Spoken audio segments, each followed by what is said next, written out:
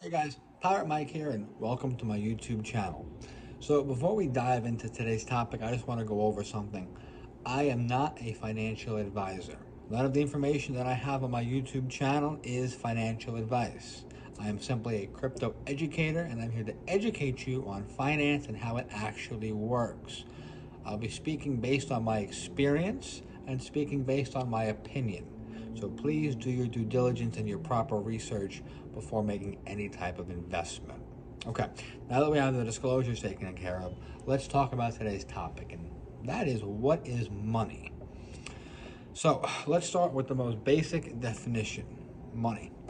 It's a medium of exchange. So let's say you wanted to go out and you wanted to buy the latest smartphone.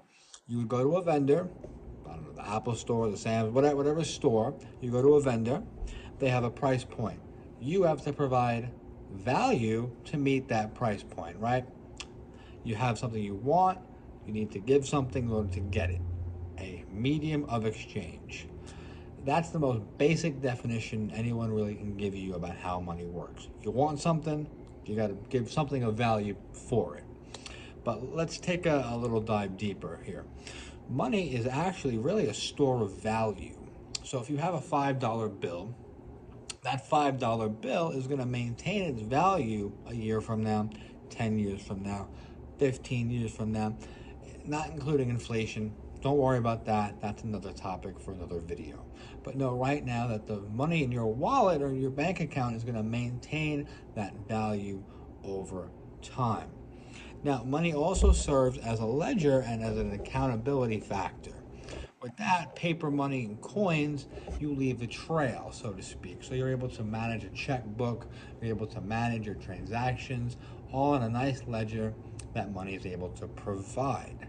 Now, money actually has changed over the years. Way back when, before we have in a modern society, people used to barter.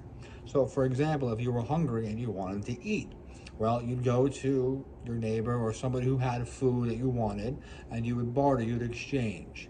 A lot of times people used silk, gold, silver, salts, precious metals, herbs, things that you need in your day-to-day life. There was no paper money at this point.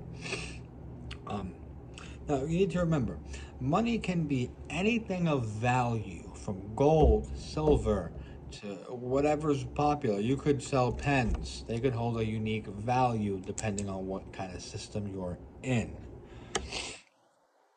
This is called commodity money because the money is based off of a commodity. There's something backing the value behind that. In order for that $5 bill to be $5, it has to be backed by something that's worth $5. Um, this is how things worked really from the beginning up until about 1971. That's when President Nixon took us off of something called the gold standard. What that means is the American dollar was no longer backed by gold, silver, or precious metals. Instead, it's based off of something called fiat, which is Latin, meaning let it be done. So that basically means the government said, yeah, listen, we're not going to value our currency off of gold anymore. We're just going to say, yeah, it's worth this amount, just take our word for it. You can kind of see where that becomes misleading, and you can kind of see how you weren't taught that in grade school. Now, when President Nixon took us off the gold standard, he changed the money from commodity money to representative money. And what I mean by representative money is it's represented. The government is saying that really the Federal Reserve, which will be in another video, they're the ones who print our money. The Federal Reserve says, yeah, the $5 note is going to stay $5. But I'm not going to confuse you with the whole Federal Reserve. That's going to be a new video. What I want you to get out of this is representative money is based off of what we say the value is. Commodity money is actually based off of a commodity. So you can kind of see how that can be misconstrued. The key thing is money is not what you think it is. All money is now is digital numbers on a screen. It's no longer used by the paper or the coins. Now, of course, we live in America here. You're going to be able to use notes and coins, but they don't hold really any value. It's just that piece of paper. There's no more gold backing, there's no more silver backing. So what is our money backed based off of? Well, whatever our government says it is. So when you go out and you spend your money, you're essentially trusting that the federal government says that this money is going to be valid. Now, if you take a dollar bill or a 10 or whatever, you're going to see Federal Reserve note. That's saying the Federal Reserve authorizes you to use that money. When you look at an old dollar bill, before 1971, it'll say certification of silver or silver certification. That's telling the bank, hey, you can take this note, trade it in, and receive a precious metal. In this case, it would be silver. So after 1971, we got rid of that model. Now we have our money based off of how much the government says. And if you trust the government, which that's up to you, they do all of our finances now. So you can kind of see why regular fiat money is kind of losing its appeal and people are moving on to the crypto side, or really the digital aspect of that. But that's for another video. Like I said, this is just going to be a quick introduction video.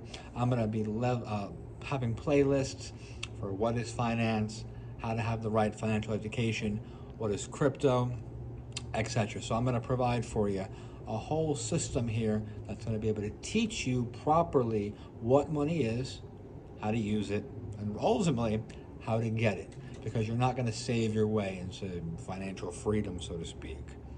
So yeah, like I said, just a quick video here as my introduction. I'm going to be doing things more in depth. You should get a video from me every single day about a new topic related to finance. Again, I want to emphasize, I am not a financial advisor. I don't have any fancy degrees from any colleges. I'm not accredited. I'm just giving you information that you need to know to make the best financial decisions. Again, please do all due diligence and research before making an investment. And thank you for watching. Be sure to like, subscribe, and share so we can manipulate that algorithm, so to speak. We can get this education out to more people. Remember, your financial education is going to dictate how comfortable of a life you live.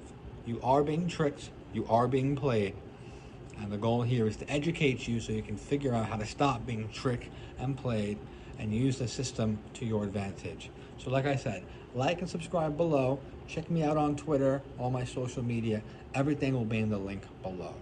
Thank you for watching, and I'll see you on the other side.